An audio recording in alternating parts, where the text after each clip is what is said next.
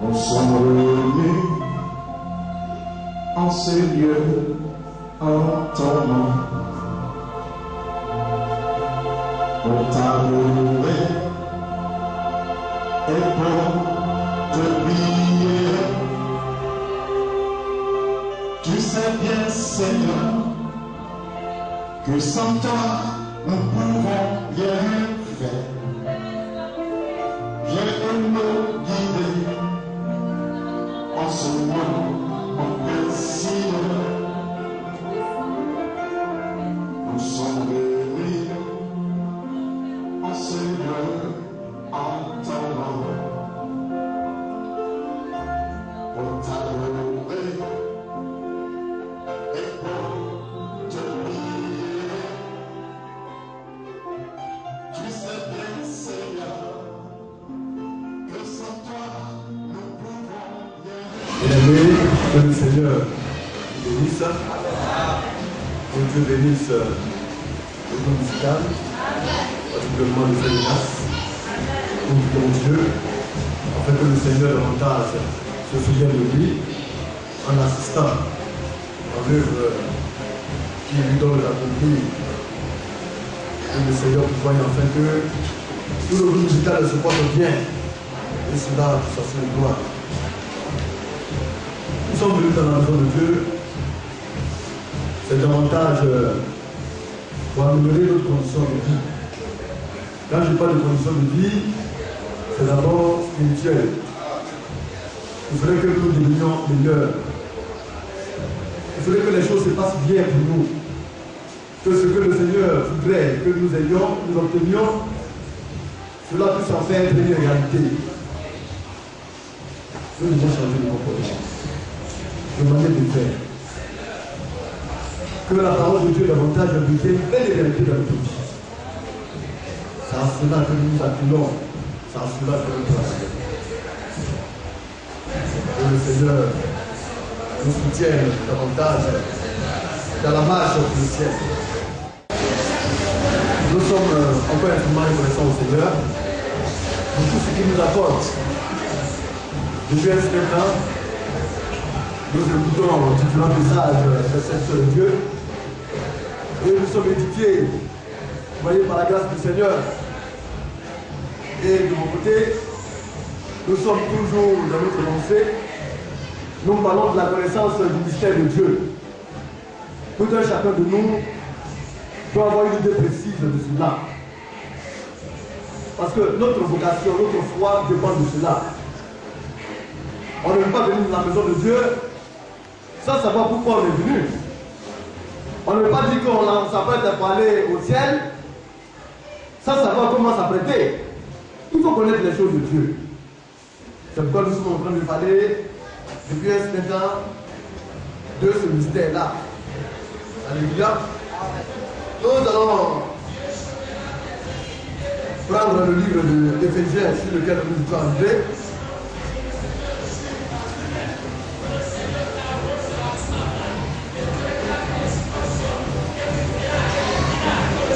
Éphésiens chapitre 3.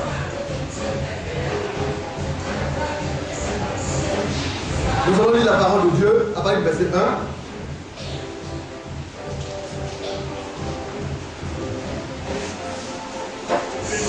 Je vais lire et puis après, tu vas lire, frère. À cause de cela, moi, Paul, le prisonnier de Christ pour vous, païens, si du moins vous avez appris comment je fais part de la grâce de Dieu qui m'a été confiée pour vous.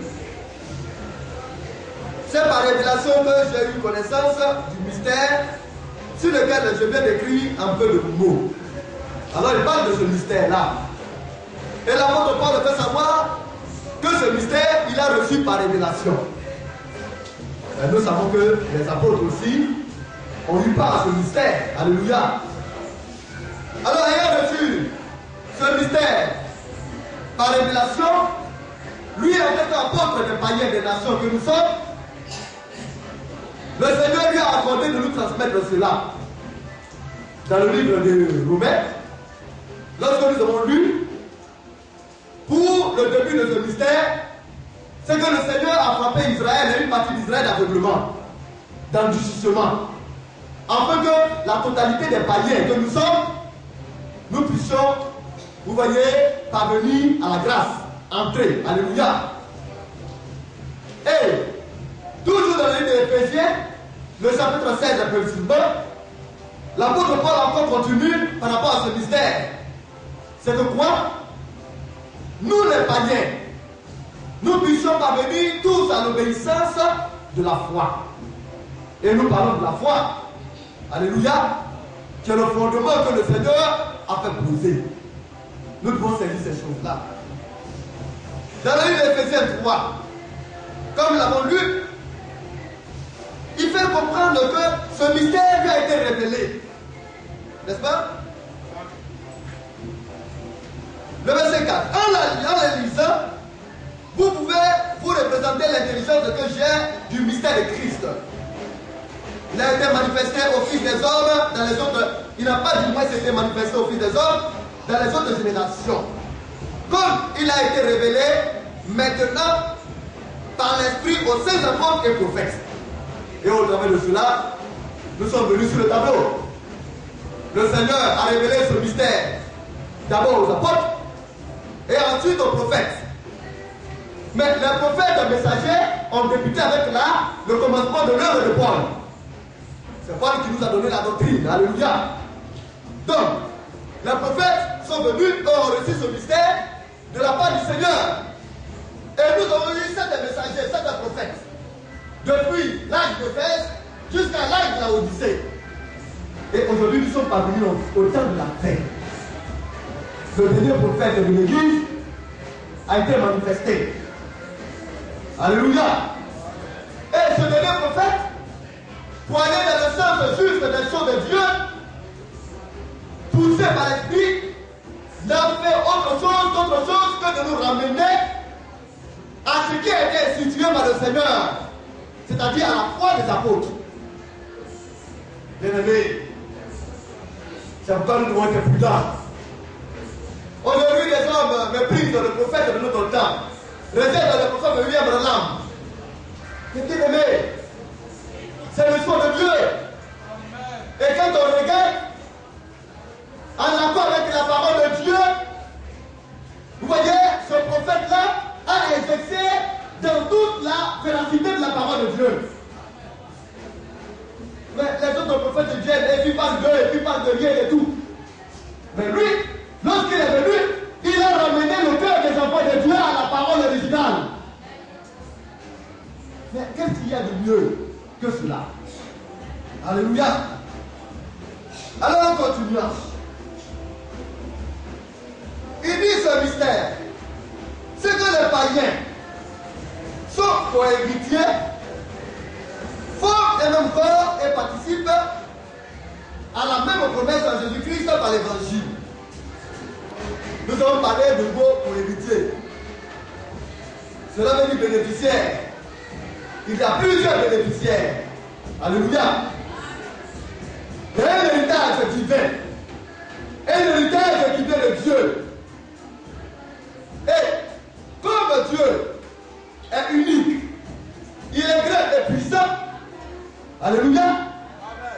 Il a choisi un héritier à la personne de son fils. Elle a été manifestée dans un corps humain. Alléluia. Dans la fonction de fils de Dieu. Le fils de Dieu est l'héritier par excellence de tous les biens de Dieu.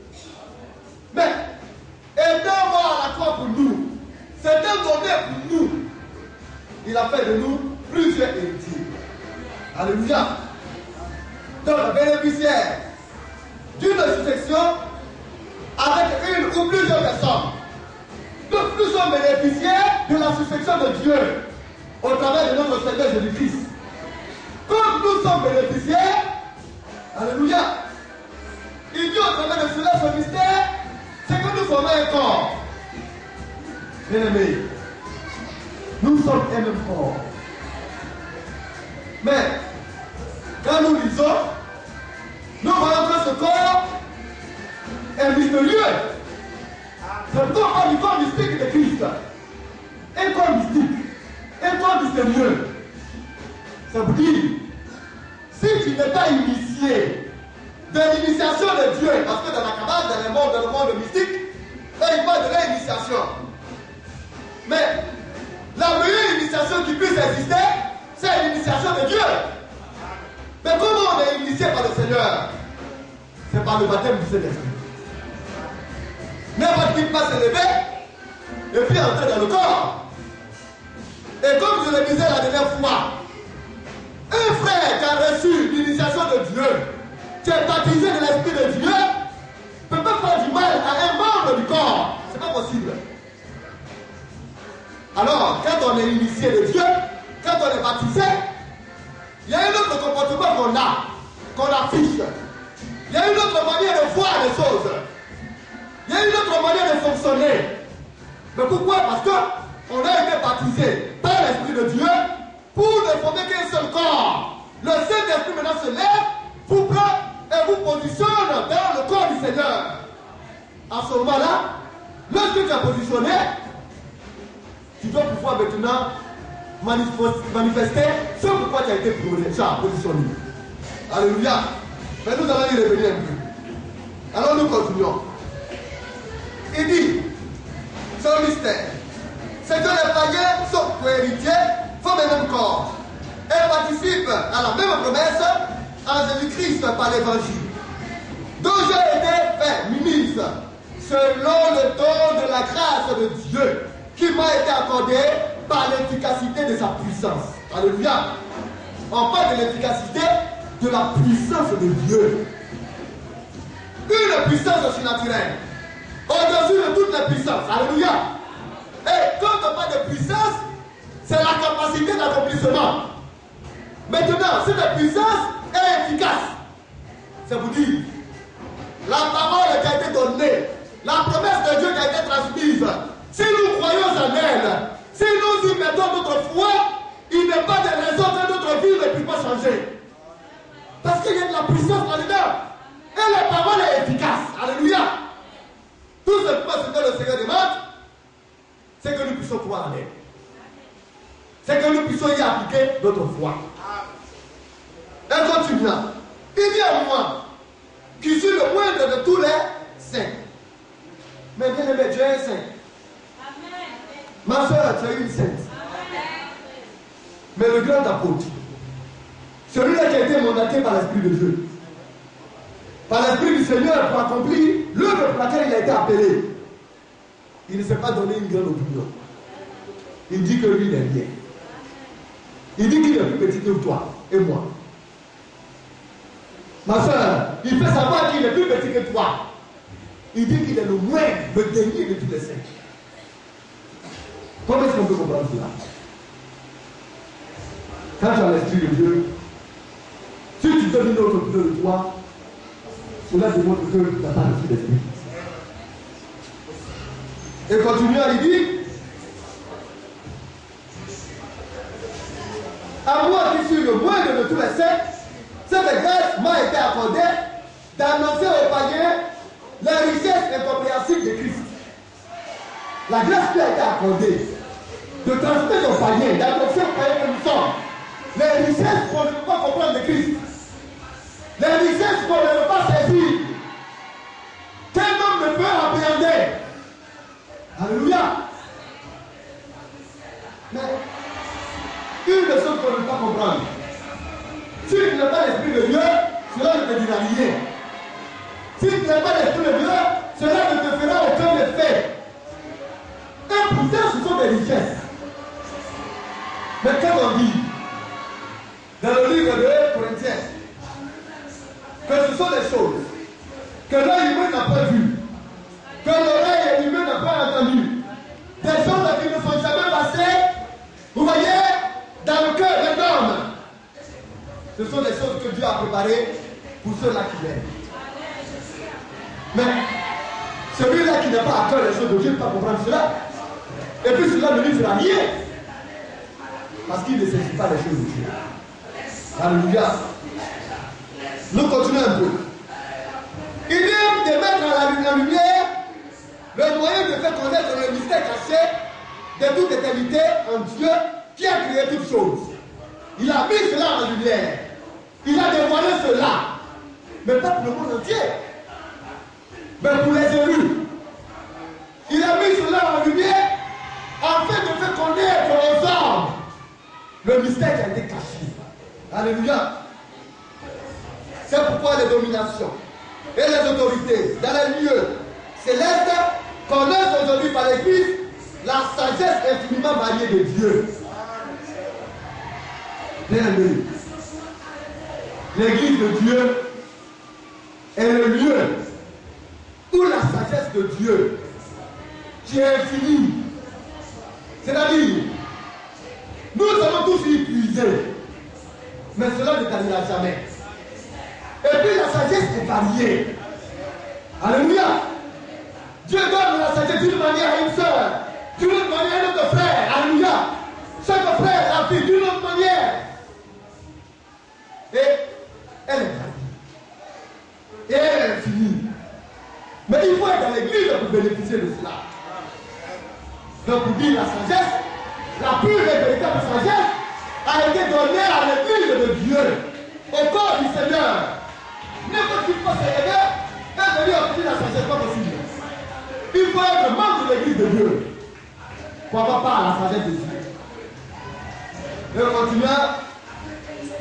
Il dit selon le dessein éternel qu'il a mis à exécution par Jésus-Christ notre Seigneur. En lui, nous avons, par la foi en lui, la liberté de nous approcher de Dieu avec confiance. Alléluia. Tout est par la foi. Alléluia. Nous allons partir dans Éphésiens, le chapitre 4. Je vais le regarder. Nous allons parler un peu du corps. Alléluia. Oui, frère, nous continuons un peu. Éphésiens 4. Oui, après le verset 1. Merci.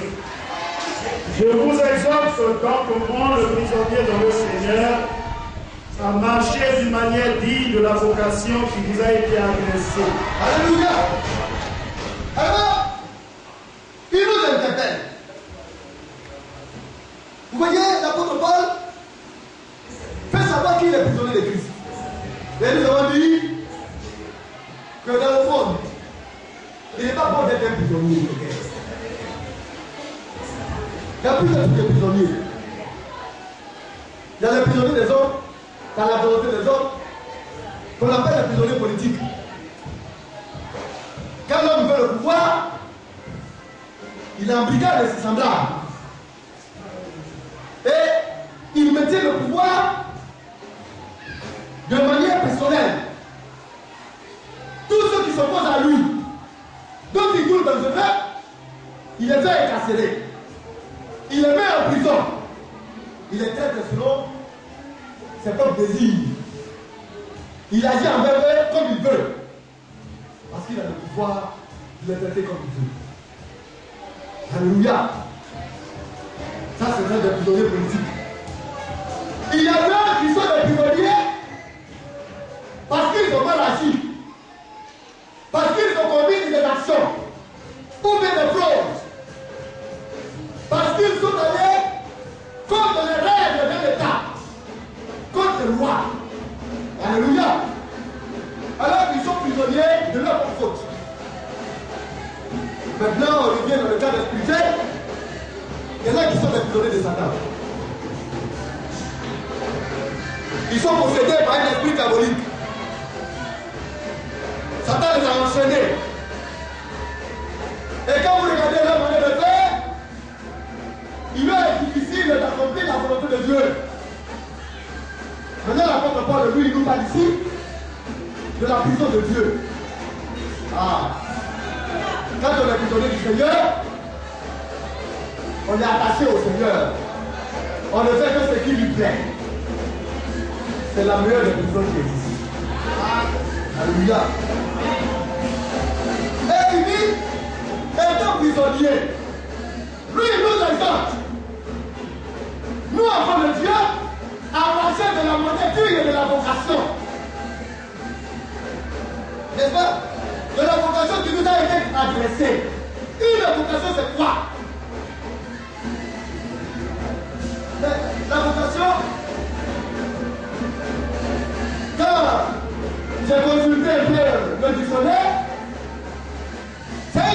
destination. Chacun d'entre nous a une destination. Hein? Quelle est la destination? Pourquoi travailles-tu? Je parle de l'univers spirituel. Toutes les luttes spirituelles que tu es en train d'entreprendre, tu l'entreprends pourquoi? Pour quel but? Quelle est ta destination? C'est la destination des nets. C'est vers quoi? Vous voyez? Sa nature, où le destin semble l'appeler. Quelle est ta nature? Et quand on parle de vocation, c'est cela. Dans la vocation, il y a la nature de l'homme. Est-ce que ta nature est chrétienne? Est-ce que ta nature est divine? Ou bien ta nature est animale? En fonction de ta nature, tu te montres par ton comportement ce que tu es. Comment est-ce que tu te comportes? Ton comportement révèle quelle est la destination que tu as décidé de choisir. Si nous avons décidé de choisir la vocation des célestes, alors nous devons revoir notre manière de faire, notre manière de vivre, de nous comporter. Parce que le comportement que nous avons témoigne de notre vocation. Et au travers de cela, témoigne de notre nature. La nature animale, c'est vivre comme, se comporter comme les animaux. Prendre les faire en aversion, les bouder, les murmurer, vous voyez, les rejeter, haïr, mépriser, faire des querelles inutiles, des bombardages inutiles. Mais quand tu as la nature de Dieu, alors tu fais les coups à la parole. Tu reviens aux instructions du Seigneur. Tu cherches à plaire à Dieu. Tu lui fais savoir que celui qui t'a apporté l'évangile ayant été son esclave, toi de même tu te fais esclave de Dieu. Et la vocation, c'est aussi une destination privilégiée. Oui, le ciel, ce n'est pas n'importe qui y va. C'est un privilège dans le ciel. Quand on parle du repas de notre agneau, être l'épouse de l'être le plus glorieux, le plus remarqué que l'humanité ait connu, c'est un privilège. Alors, c'est une destination privilégiée d'une personne, d'un groupe. Alléluia. Du fait aussi de leur nature. Ça, c'est les définitions. Hein? Donc, d'abord, le fait d'aller au ciel est individuel. Ce n'est pas quelque chose de collectif. Mais le Seigneur appelle la promesse à un groupe de personnes qu'on appelle l'Église. Donc, pour dire que si tu veux aller au ciel, il faudrait que tu sois à l'intérieur de ce corps-là. Si tu n'es pas dans ce corps, tu n'iras pas au ciel. Et il dit, du fait de sa nature ou de ses caractéristiques, entre par lesquelles Dieu prédestine tout homme à un rôle déterminé. Ça aussi, c'est la vocation.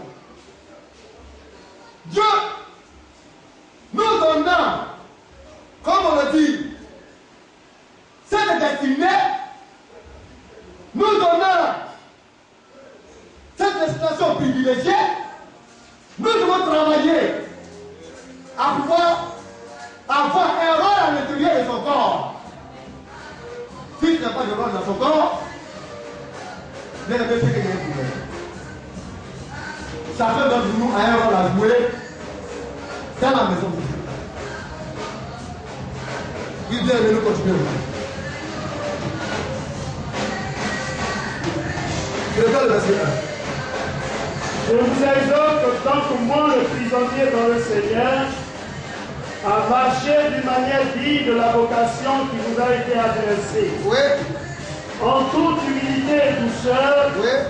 avec patience, vous supportant les uns les autres avec amour, vous efforçant de conserver l'unité de l'esprit par le lien de la paix. Donc maintenant, on revient encore, on a parlé de la vocation. Maintenant, après la vocation, nous devons pouvoir marcher en toute humilité. La humilité, c'est quoi? C'est choisi un sentiment. C'est un état d'esprit. Quels sont tes sentiments? Dans quel état d'esprit marches-tu? Nous parlons encore du comportement. Donc un état d'esprit, un sentiment de qui a conscience de ses insuffisances. Que tu as conscience, tu rentres en toi-même, tu analyses de ta personne. Tu regardes, tu vois tes insuffisances. Ah, c'était autrefois de l'autre côté. Dieu de sa grâce et de sa miséricorde a aveuglé un peu Israël. Une partie d'Israël. Et il m'a fait entrer. Quand il m'a fait entrer, je suis venu plein de défauts.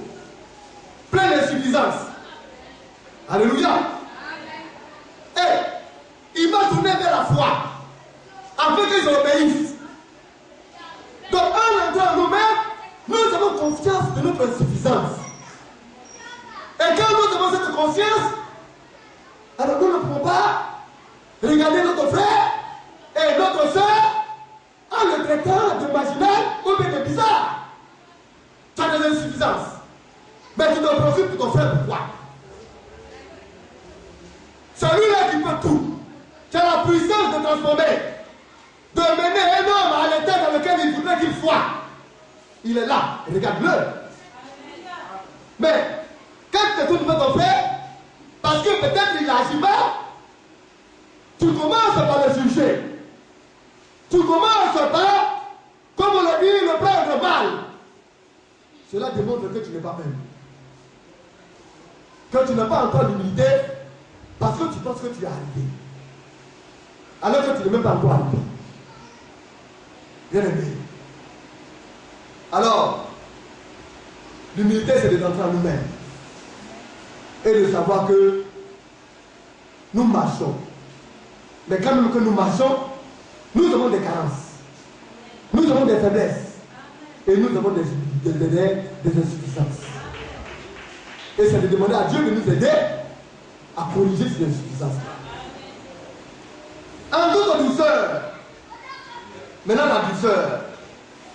Là aussi, c'est une autre qualité. L'humilité est une qualité. La douceur aussi est une qualité. Qualité de ce qui est doux. Ce qui est agréable. Ce qui est sans heurte. On parle de doux, d'agréable et de heurte, sans heurte. Quand je me heurte à quelqu'un, c'est que tout le temps, c'est moi je suis dans les problèmes. C'est moi tout le temps je suis dans les murmures. C'est moi tout le temps j'ai affaire à X et Y. Alors que je fais cela, Dieu dit que je ne suis pas doux. Alléluia. C'est quelqu'un qui obéit sans résistance. L'obéissance à Dieu. La parole de Dieu nous donne la voie à suivre. Mais il y en a qui savent que la parole de Dieu nous a dit cela et ces personnes raisonnent avec la parole de Dieu. Mais quand on rentre en nous-mêmes, on voit qu'il y a des failles. Mais on cherche les failles à un autre. On refuse d'accepter nos insuffisances. En d'autres termes, on refuse l'humilité. Mais c'est que c'est dangereux pour nous. Cela démontre que le Seigneur,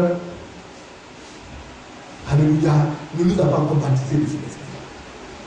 Puis bien aimé, on continue. Verset 4.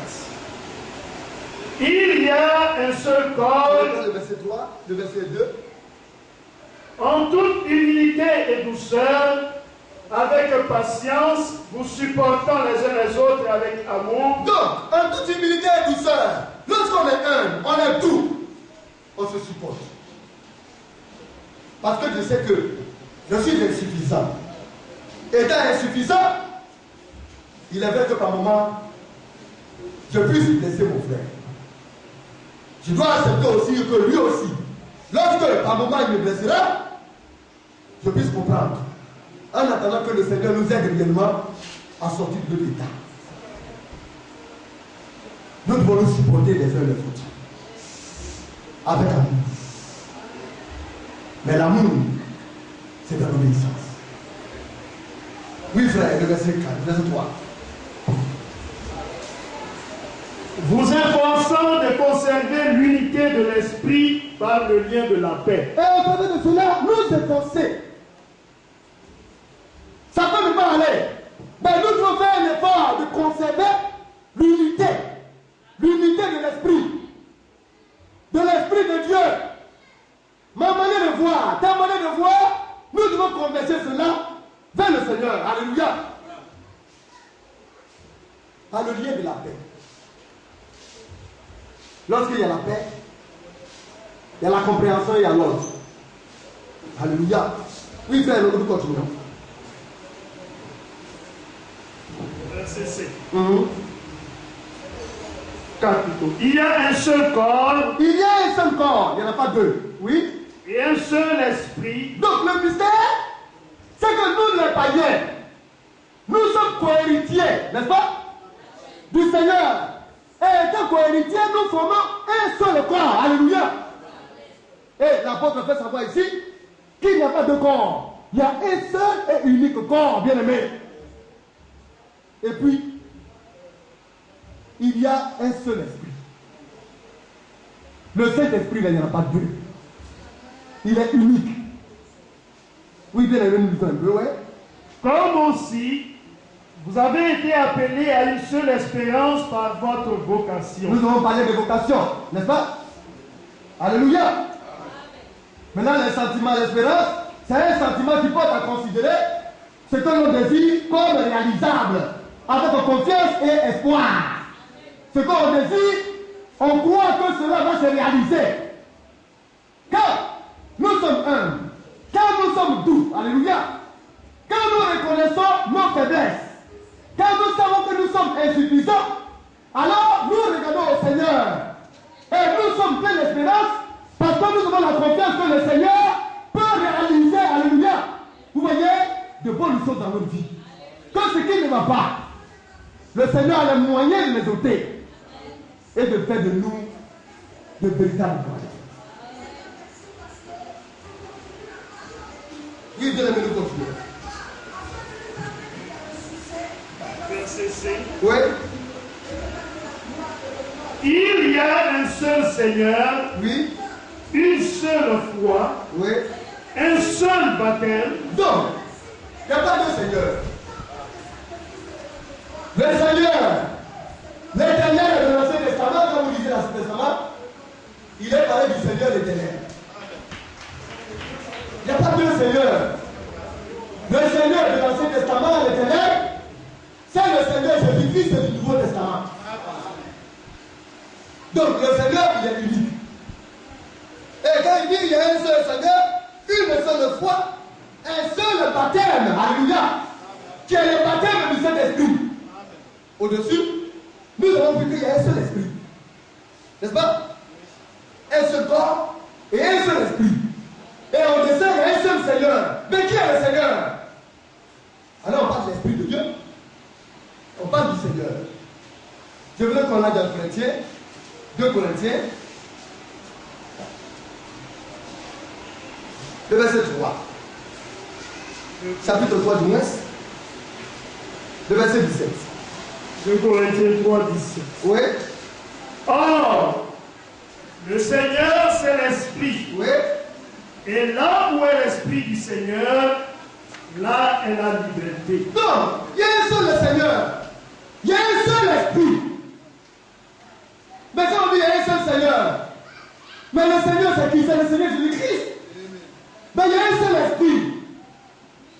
Or, l'esprit, là le Seigneur, c'est l'esprit. Alors, il nous fait savoir ici que le Seigneur, c'est aussi le Saint-Esprit. Alléluia. Et là où il y a l'esprit du Seigneur, on n'est plus esclave de quoi que ce soit, on est libre. Nous revenons dans le livre de Éphésiens 4, frères. Le verset 5. Il y a un seul Seigneur, Oui, une seule foi, il n'y a pas de foi, une seule unique foi. La foi qui vient de ce qu'on attend, et ce qu'on attend qui vient de la parole de Christ. Oui, frère, nous continuons. Un seul baptême. C'est le baptême du Saint-Esprit, oui frère. Un seul Dieu. Un seul Dieu, il n'y a pas de Dieu. Oui. Et Père de tous. Qui est Père de tous, n'est-ce pas? Quand on dit Dieu le Père, voici cela ici. Un seul Dieu qui est Père de tous. Oui frère. Qui est au-dessus de tous. Alors, et au-dessus de tous, c'est le Seigneur. N'est-ce pas? Oui, bien aimé. Et parmi tous. Alors, parmi tous, c'est que Dieu, qui est Père, est devenu Fils. Il est venu habiter parmi nous. Il est devenu chair. Lui, d'esprit qu'il était. Alléluia. Or, le Seigneur, c'est l'esprit.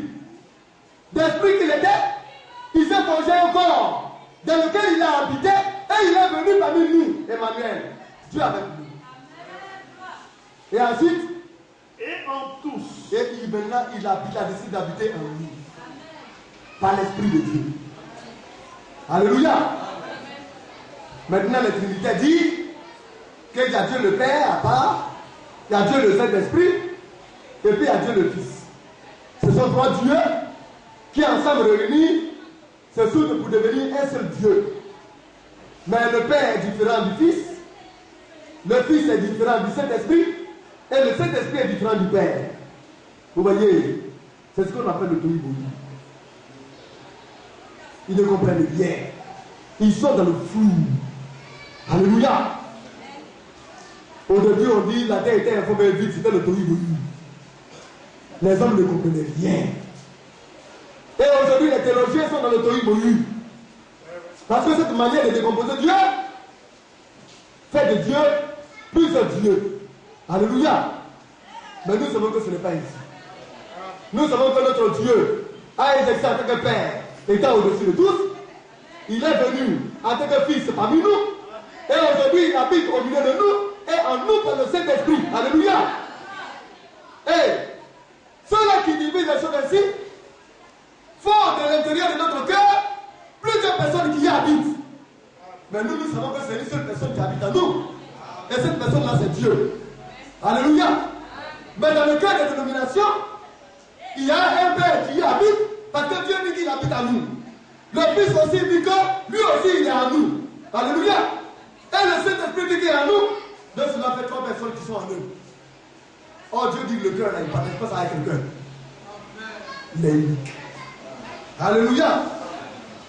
Alors comme nous le voyons, si maintenant il y a un seul baptême, si nous avons reçu le baptême, alors qu'est-ce qui se passe? Nous allons aller dans le 2 Corinthiens. Nous allons revenir sur ces chapitres-là. Nous allons les mettre un peu en veille. 1 Corinthiens chapitre 12.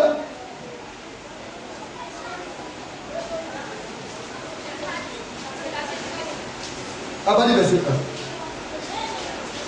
1. 1 Corinthiens 12. Pour ce qui concerne les dons spirituels, je ne veux pas, frère, que vous soyez dans l'ignorance. Vous savez que lorsque vous étiez païens, vous vous laissiez entraîner vers les idoles muettes, selon que vous étiez conduits. Donc, bien aimé, au sujet des dons spirituels, nous devons le savoir. Le Seigneur Jésus-Christ, notre Dieu Tout-Puissant, a fait des dons à tous les hommes. Oui, je vois le frère Yadis qui est là-bas. Vous allez entrer profondément à Yadis. Yadis, c'est un don qui est caché. Je prends ma soeur Odette. Si on veut sonder profondément, la soeur Odette est un don qui est caché à elle. C'est pourquoi dans l'Église chrétienne, nous avons dit cela avant de venir, il faisait 4 encore.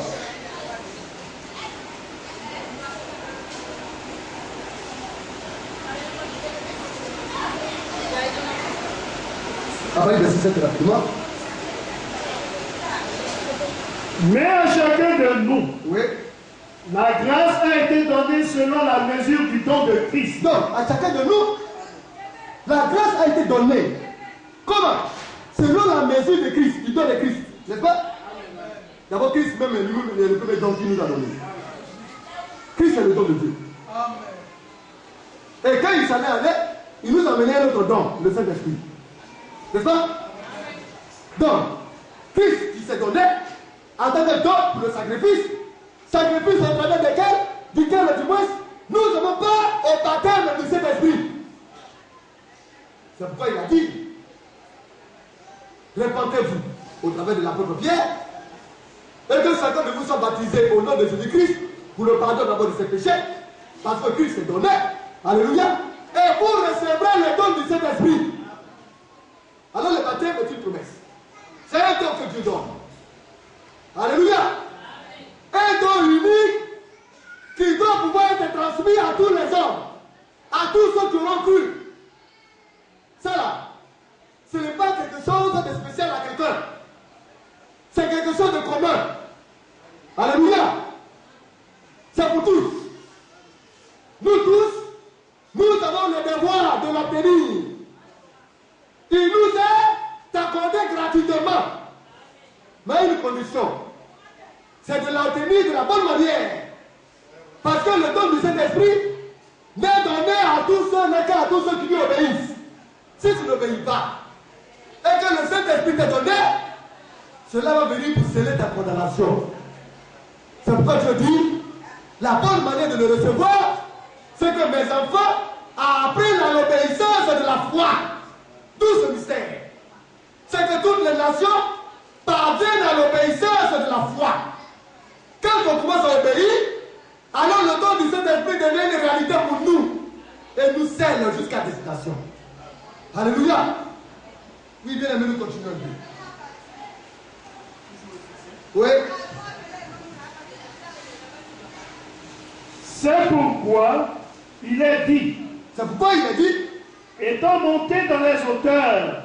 Quand il est monté dans les hauteurs, oui. Il a amené des captifs. Il a pris ceux qui étaient dans le sein d'Abraham. Il est monté avec eux et il les a installés dans le paradis. Il est monté avec les captifs. Oui. Et il a fait des dons aux hommes. Alors il a fait des dons aux hommes. Il a déversé les hommes, les dons sur les hommes. Alléluia. Pour dire que tout le monde a un don. Chaque homme, le Seigneur a rempli l'humanité de dons. Maintenant, tu peux recevoir un don et puis l'utiliser d'une autre manière. Mais quand Dieu t'a fait ce don, lui, il ne l'a pas donné pour que tu puisses l'utiliser d'une autre manière. Il t'a donné par rapport à ta vocation. Alléluia. Par rapport à ton positionnement. Oui, bien aimé, nous continuons un peu. C'est pourquoi il est dit, étant monté dans les hauteurs, il a amené des captifs, Oui. Et il a fait des dons aux hommes. Oui. Or, que signifie il est monté? Qu'est-ce qu'il signifie il est monté? Pourquoi on dit qu'il est monté? Mais nous savons que Jésus est monté. Dans le livre des Actes, il s'élevait au ciel et il bénissait les hommes. Alléluia. Vous voyez? Et quand il bénissait, au moment où il montait, il a répandu les dons sur les hommes. Oui, frère. Il est aussi descendu dans les régions inférieures de la terre. Il est descendu dans les régions inférieures de la terre. Pour ne pas dire dans le séjour des morts. Jésus y est descendu. Mais pour y aller, pour pouvoir visiter le séjour des morts, il faut mourir. D'une mort naturelle. Mais lui, il n'est pas mort de maladie. Hein? Ni de quoi que ce soit. Mais il est mort parce qu'on l'a tué. Il s'est sacrifié. Alléluia. Parce qu'il avait décidé de visiter ces lieux-là. Alléluia. Et il est entré dans les régions inférieures de la terre. Au séjour des morts. Oui, frère. C'est lui qui est descendu. Celui qui est descendu, c'est-à-dire Christ. C'est le même qui est monté au-dessus de tous les cieux. Alors, il est monté au-dessus de tout ce qu'on appelle les cieux. Or, il y a les cieux et les cieux des cieux. Alléluia. Il y a 6 cieux. Et lui, il est au 7e. Il est au-delà, alléluia, de tous les cieux. Il est élevé au-dessus de tous les hommes. Alléluia. C'est le suprême. Et c'est ce qu'on appelle suprême, la suprématie. C'est-à-dire, à part lui, il n'y a personne d'autre. Oui, frère. Afin de remplir toutes choses. Alors, il était monté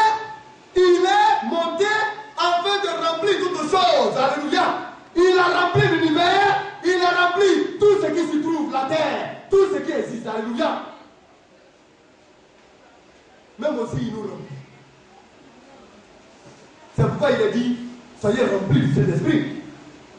Quand tu es rempli du Saint-Esprit, tu es rempli de Dieu. Alléluia. Alors notre Dieu, notre Seigneur, a rempli toutes choses. Ça vous dit qu'il est partout à la fois.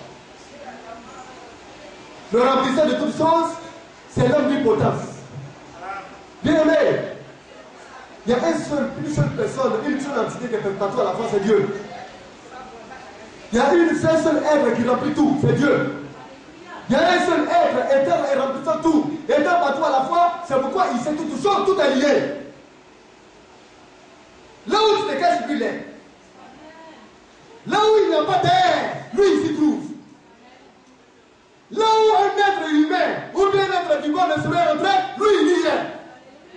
Il est au-delà de la lumière du soleil. Mais approchez un peu la terre du soleil. La terre va être carbonisée. Mais lui-même, il remplit le soleil. Et il est au-delà du soleil. Alléluia. Parce que c'est de lui que le soleil naturel tire sa lumière, son éclat. C'est ça notre Dieu. Bien-aimé. Et pour montrer sa grandeur et sa suprématie, ayant révélé cela au monde entier, il dit maintenant, j'ai fait des dons maintenant à l'église. Le premier don qu'il a fait à l'église, c'est le ministère de la parole. C'est pourquoi, après l'élévation du Seigneur, après sa suprématie, le Seigneur a établi des ministères. Parce que sans la parole de Dieu, on n'est rien. Bien-aimé, oui, ben, tu fais même un peu. Verset 11. Oui.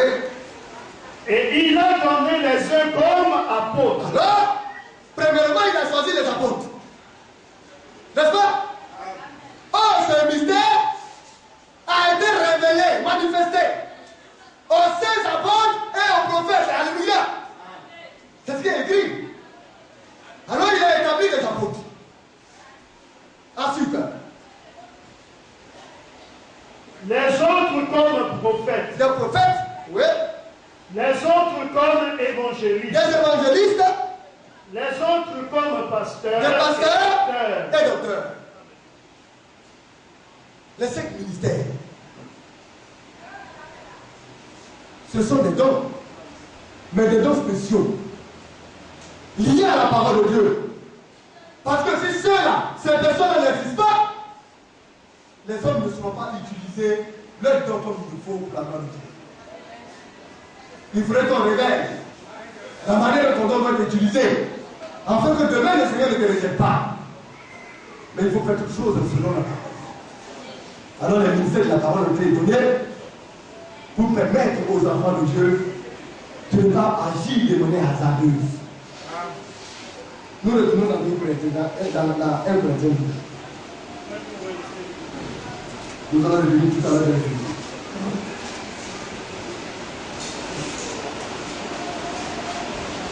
Pour ce qui concerne les dons spirituels, Oui. je ne veux pas, frère, que vous soyez dans l'ignorance. Vous savez que lorsque vous étiez païens, vous vous laissiez entraîner vers les idoles muettes, selon que vous étiez conduits. Donc, il y en a qui ont les dons, mais ils sont dans l'ignorance. Ils ne savent pas comment utiliser les dons pour la gloire de Dieu.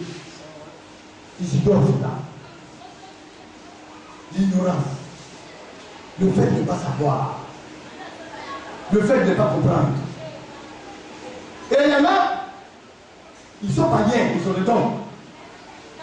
Et le don, ils mettent ça au service des idoles. Alors quand on parle des dons, les gens pensent que c'est dans l'église seulement il y a des dons. C'est faux. Ah, même en matière de chansons, bien aimé, quand on regarde, vous connaissez Michael Jackson? Pour lui, ça continue quand il a commencé quand il est petit. Hein? Et puis il a commencé où? Il chantait dans l'église. Mais comme il ignorait les choses, il ignore tout. On ne lui a pas enseigné la parole de Dieu comme il se devait. Il a commencé dans l'église. Et puis il est sorti de l'église. Alors il a commencé à chanter pour le monde. Il était avec ses frères. des frères Jackson. Alléluia. Et parmi ces frères, on a regardé, on a vu que lui il est spécial. On dit oui, ces frères chantent bien. Mais lui, il n'a pas. Il est exceptionnel. Il chante. Il danse. Maintenant, quand il a fini de chanter, il danse. Quand il danse, il va entraîner à sa danse toutes les personnes âgées comme petits. Tout le monde converge. Maintenant, quand les hommes s'approchent de lui après les chants et les danses, quand on ne parle de lui, il est comme un enfant. Il ne raisonne pas bien. Quand vous écoutez un grand enfant, un bébé qui est en train de jouer, parce qu'il manque de sagesse. Ça veut dire que le temps ne regarde pas la camille. C'est une grâce que Dieu donne. Et Dieu ne s'en répand pas. Ton don peut être parfait, mais tu peux être fou. Ah, il aurait dû utiliser cela pour attirer les hommes dans la maison de Dieu. Il aurait dû utiliser ça pour faire des chants pour attirer les hommes dans la gloire du Seigneur. Mais il a trimballé les hommes vers l'éternel de la paix. Vous voyez quelqu'un sur lequel il a commencé après? Vous savez qu'avant de mourir, il est devenu musulman. Vous savez cela, non? Oui. Comment on peut quitter la maison de Dieu? Un Dieu qu'on connaît, et puis aller dans une telle idolâtrie. Mais c'est invraisemblable. Mais parce qu'il était dans l'ignorance. Bien-aimé, et quand tu ignores Dieu, tu te comportes de la pire des manières. La manière la plus brute et la plus négative qui n'est jamais existée. Et c'est ainsi. Alors ces hommes-là, ils sont laissés entraîner par des idoles miettes. Selon leur conduite, selon qui ils étaient conduits. Alléluia. Bon, allez. On dit que c'est le prophète. D'ailleurs, c'est un Dieu, Haïlé Sélassié. Un homme mortel. Il est mort, les veulent l'ont bouffé, il est brûlé, il est caché dans la monde de prophète. Il est Dieu. Et c'est lui que les rastas sont en train de vénérer. Mais, bon, mal avait un don. Vers qui il a conduit ce don? Vers un faux Dieu. L'ignorance. Oui, bien aimé, le verset 3.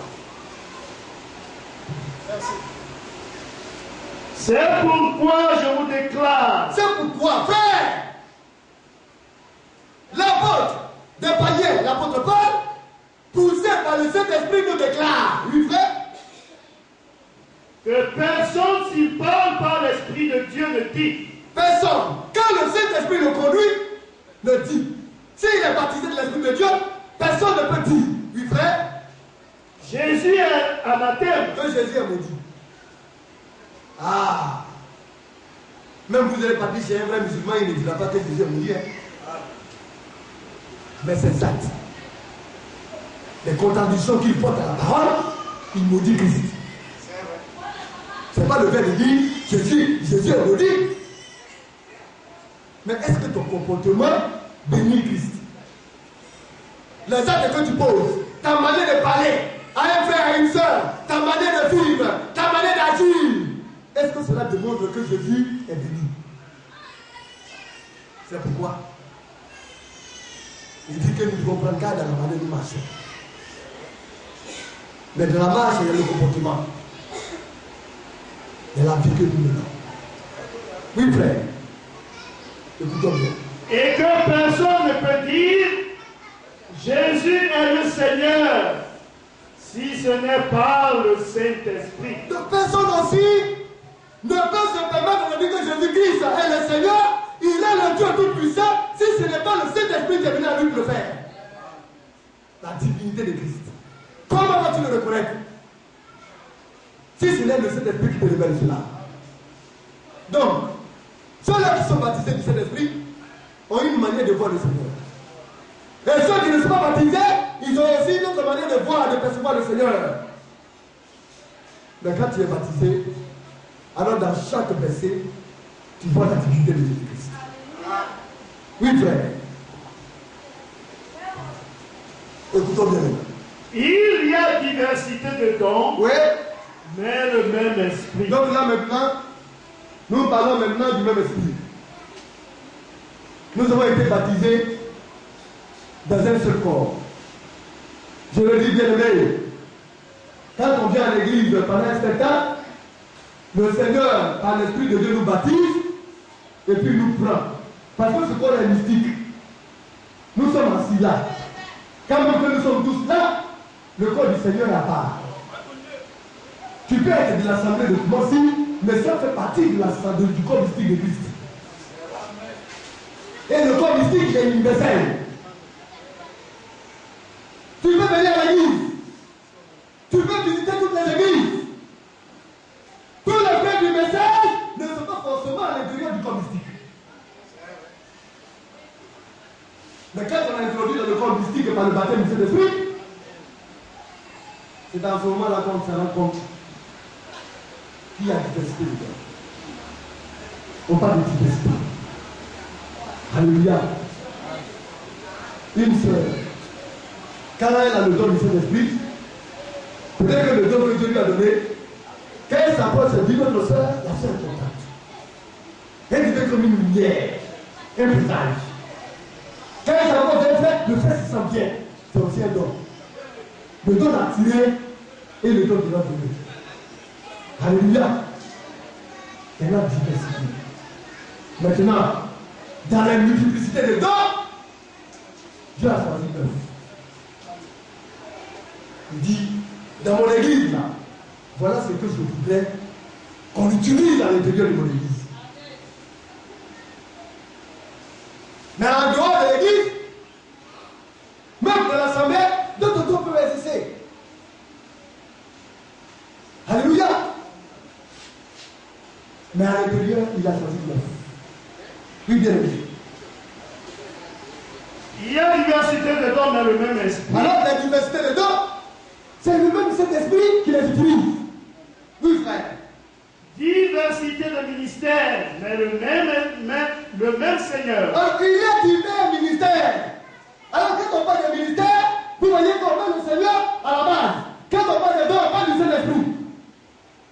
Le Saint-Esprit peut venir te faire utiliser un don sans forcément vraiment t'envoyer pour une mission de la parole. C'est là que beaucoup font l'erreur. Parce qu'ils ont un don. Et que le Saint-Esprit manifeste ce don, alors ils pensent qu'ils sont envoyés par le Seigneur pour une mission bien déterminée. C'est faux. Le Seigneur, c'est le maître de tous les ministres de Dieu. On parle du Seigneur parce que c'est lui qui les envoie. Il leur donne une mission à accomplir, une tâche à exécuter dans le corps du Seigneur. Alors, les ministres de Dieu sont des instruments et le Seigneur est le maître. Alors il y a diversité de ministères, pour ne pas dire 5 ministères, mais un seul Seigneur qui les envoie tous. Alléluia. Oui, frère.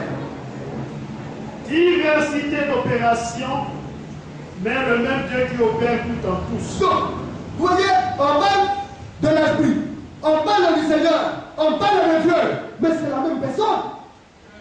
Alléluia.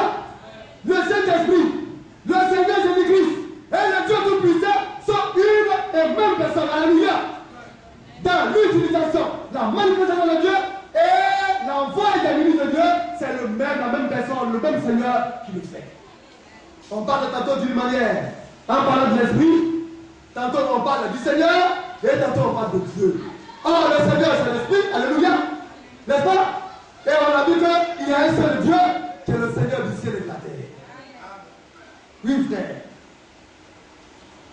Or, à chacun la manifestation de l'Esprit est donnée pour l'utilité commune. Donc, lorsqu'on est baptisé et que le don est révélé, le don se manifeste pour l'unité de tout le monde. Alléluia. Le don c'est en toi. Ne peut pas te permettre d'opprimer un frère, de le mépriser. Mais le don unit. Alléluia. Le don rassemble. Si tu as un don et que le don est authentique, ou est authentiquement utilisé par Dieu, tu vas devenir rassembleur au travers du don que tu as. Mais que font les hommes aujourd'hui? Ils s'enorgueillissent, ils tapent la poitrine, Il montre qu'ils sont essentiels. Vous voyez, il faut comme si Dieu n'existe plus. Il devient maintenant l'avant-garde de toutes choses. Non. Celui-là qui est baptisé de l'Esprit s'efface. Et il laisse Dieu manifester le don qu'il a reçu pour l'utilité commune. Le don favorise l'unité du peuple de Dieu. Et travaille pour le lien de cette unité. Oui, frère. En effet, à l'un est donné par l'Esprit une parole de sagesse. Alors, dans l'Église, si nous pouvons comprendre et travailler à cela, de sorte que ces choses prennent le place et forment dans l'Église de Dieu, ben il n'y aura plus de problème. Parce que là où il y a un problème, celui à qui Dieu a donné l'esprit de sagesse, lorsqu'il vient, il apaise tout. Il tranquillise tout le monde. Et il règle les affaires. Alléluia. Mais, quand l'église n'a pas de hommes de sagesse, c'est là les divisions naissent en cascade. Oui, on a connu cela. Quand le pasteur a connu un problème, les vieillards n'étaient pas sages. Quand il y a un problème en dehors du pasteur, le pasteur résout. Quand un frère a un problème, le pasteur trouve des solutions. Mais quand le pasteur a un problème, comme fait les vieillards, aucun d'entre eux n'a été même capable de trouver une solution. Mais quand il y a l'esprit de sagesse, alors la sagesse règle les problèmes. La sagesse apaise. La sagesse tranquillise. Et Dieu se soucie de son corps. C'est pourquoi il favorise l'émergence de toutes ces choses-là. Mais quand il favorise, il ne voulait pas que celui-là ait un esprit de sagesse parce qu'il y a quelque chose. Mais c'est pour le bien de l'église de Dieu. C'est essentiel de la maison de Dieu qu'il y ait des frères qui aient un esprit de sagesse. C'est un don de l'église. Oui, bien aimé. Verset 8. Oui. À un autre, une parole de connaissance. Alors, quand là où il y a un problème aussi donné, en matière de connaissance, quand on ignore quelque chose, et qu'on vient à sa foi, celui-là qui a une parole de connaissance, le Seigneur l'Esprit. Et il dit non, la clé se trouve là. C'est le Saint-Esprit qui fait cela. C'est pourquoi aussi dans l'église, il est bon qu'il y ait des frères qui ont en Dieu en eux le don de la parole et de connaissance. Oui, frère. Selon le même esprit. Toujours le même esprit, oui. À un autre, la foi. Ouais. Par le même esprit. Alors, à un autre, la foi. Ce n'est pas cette foi-là. Parce que cette foi-là, elle est commune. Parce que tous nous devons parvenir à l'obéissance de cette foi. Or, la foi dont il s'agit ici, c'est celle-là qui a une ferme assurance, c'est-à-dire le frère. Le Seigneur lui a donné ce don. Le frère, il ne doute jamais. Il ne tremble pas devant les situations. Il a une assurance incroyable. Quand il vient, il est serein. Alléluia. Une ferme assurance. Une démonstration de certaines choses. Alléluia. Qu'on ne voit pas. Nous allons lire cela. Hébreux le chapitre 11. Ah, quand on découvre une telle foi. Alléluia, bien-aimé. Quand l'église possède de telles choses, on dit tout simplement qu'on est gâté par la grâce de Dieu. Mais nous devons pouvoir y travailler. Il vient de m'écrire, et c'est ça, Hébreux, le chapitre 11. La foi. Or, la foi est une ferme assurance des choses qu'on espère. Donc celui-là, qui a le don de la foi, il a la fermeté en Christ. Il a de l'assurance, alléluia. Il espère.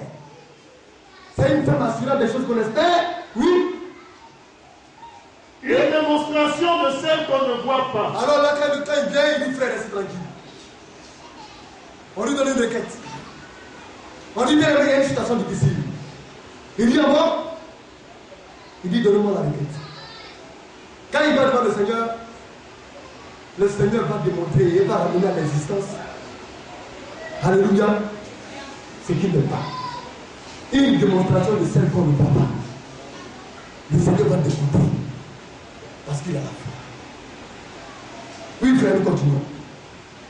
Dans 1 Corinthiens 12.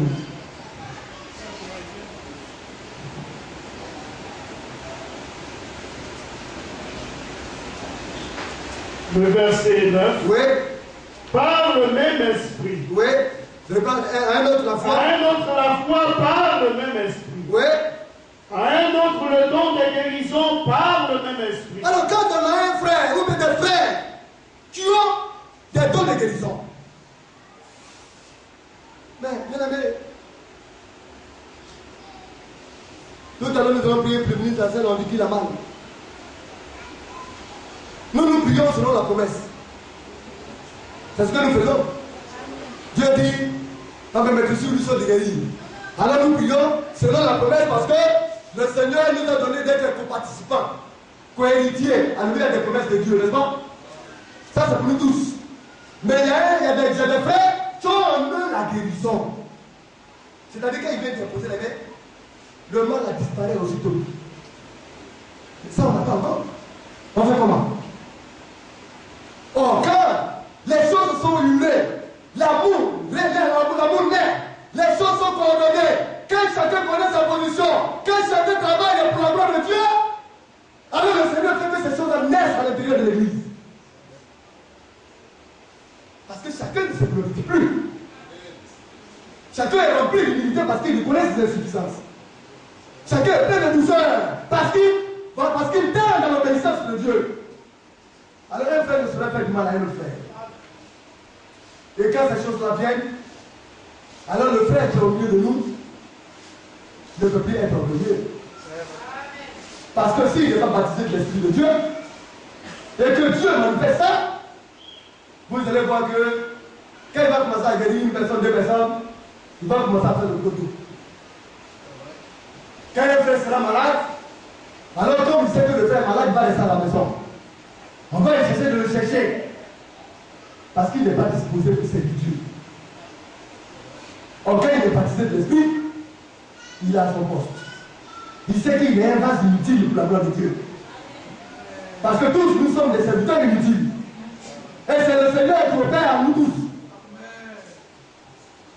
Alléluia. Et que les dons sont liés les uns aux autres. Et qu'au travers de cela, quand on a besoin de lui, quand un frère est malade, c'est en ce moment que l'Esprit de Dieu va à lui et lui dit, ça, il y a une mission pour toi. Alors il s'en va seulement, sans beaucoup parler.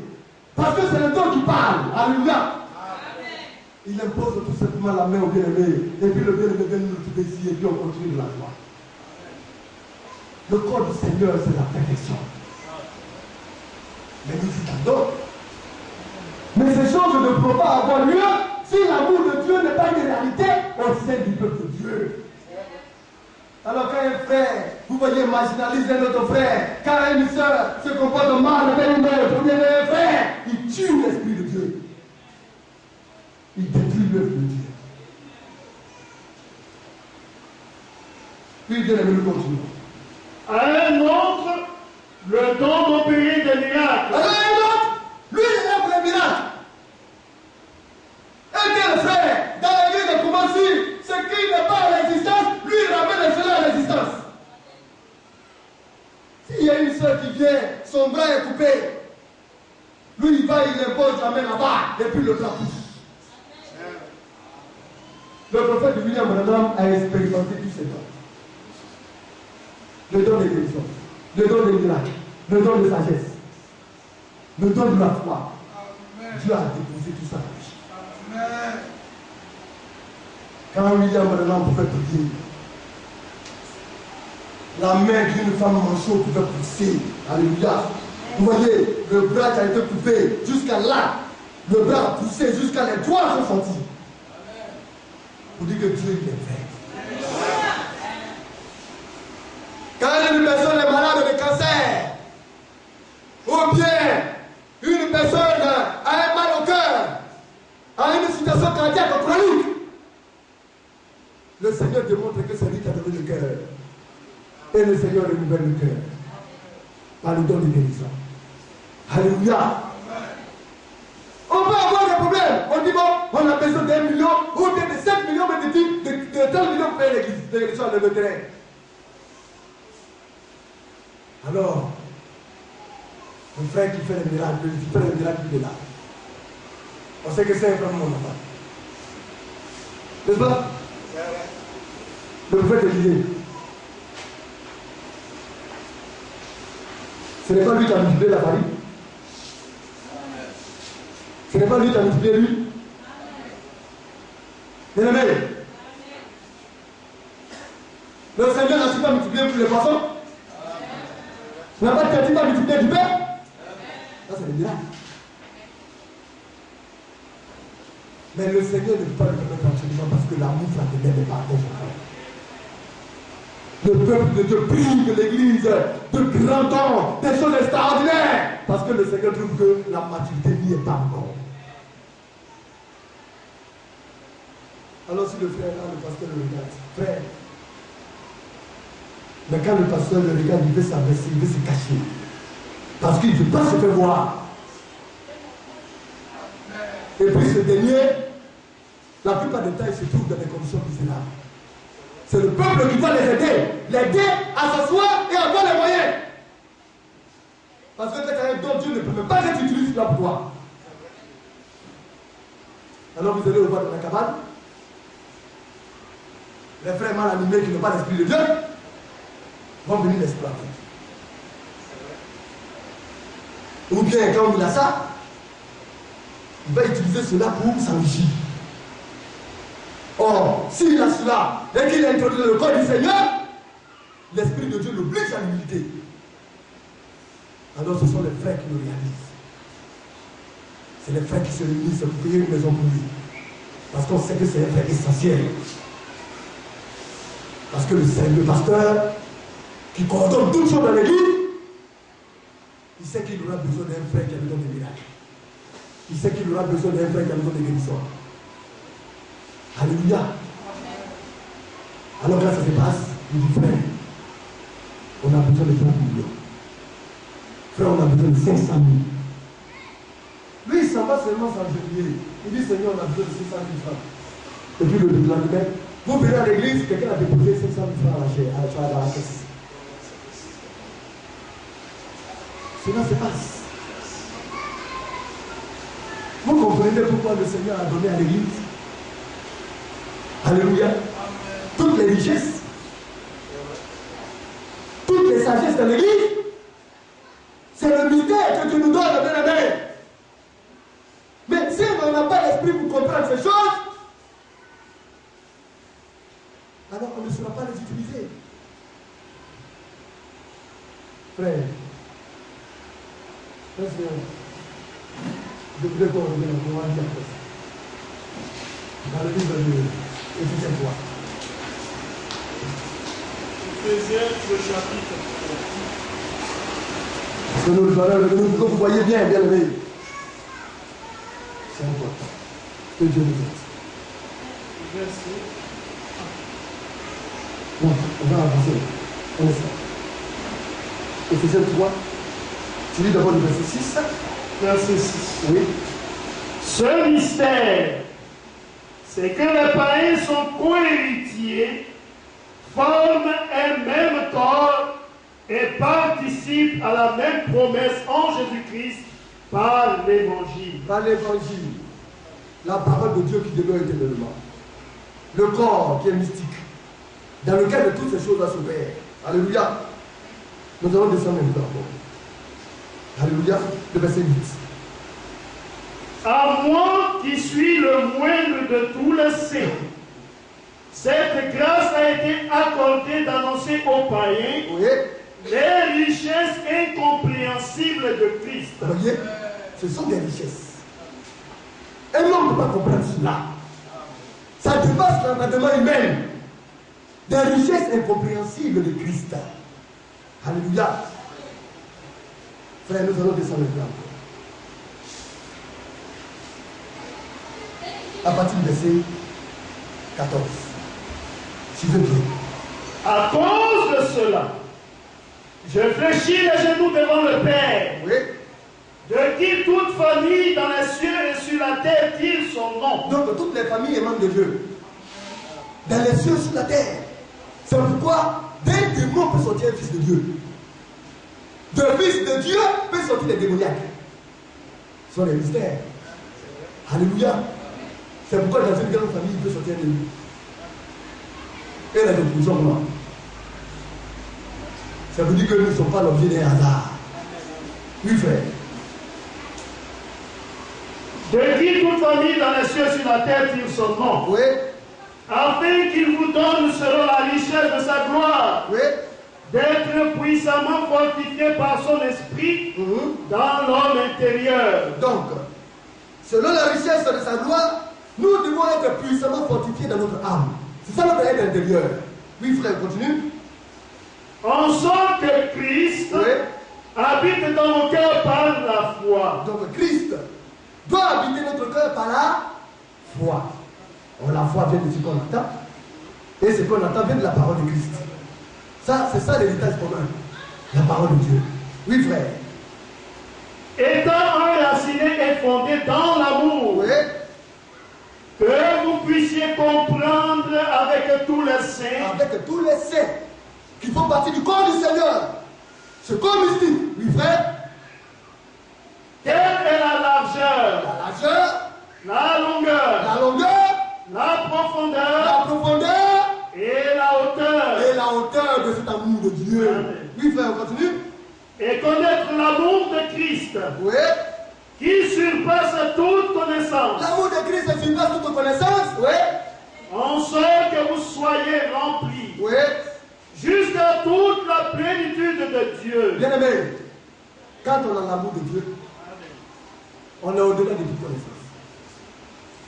Le petit que Dieu te donne, la petite portion de la parole que Dieu te donne, ce n'est pas la connaissance des mystères. Mais le fait que tu obéisses à ce que tu entends, tu es au-delà de toute connaissance. Tu surpasses toute connaissance. Parce que ce que Dieu veut, c'est notre amour, notre obéissance. C'est sacré. Oui, frère. Or, à celui qui peut faire par la puissance qui agit en nous, Bien-aimé, à celui qui, Dieu, qui peut faire par toi la puissance qui agit à l'intérieur de chacun d'entre nous. Ah, il y a une puissance qui peut faire de toi un fils véritable de Dieu et une fille véritable de Dieu. Et même, au-delà même de ce que nous pensons. Oui, frère, tu dis. or à celui qui peut faire par la puissance qui agit en nous, Oui.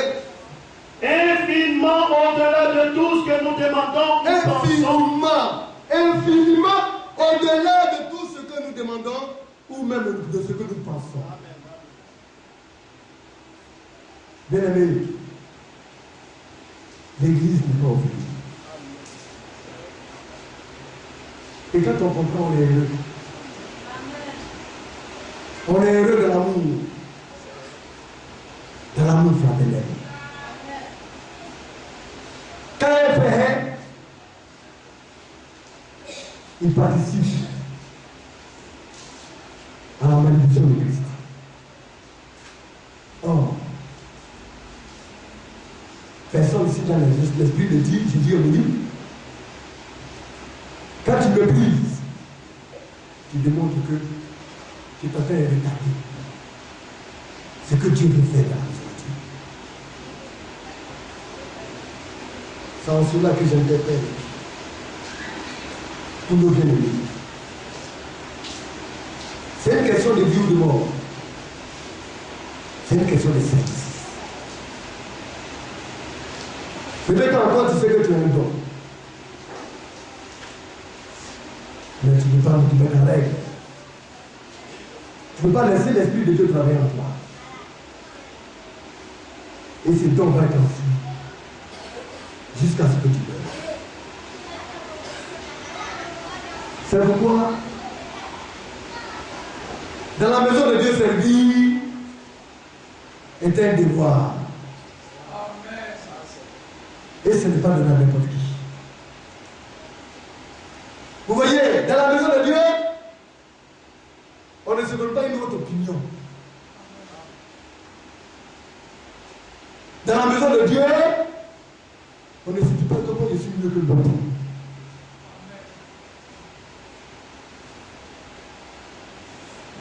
Il y a les 9 dons. Mais tout le monde ne suit pas ses lignes. C'est vrai.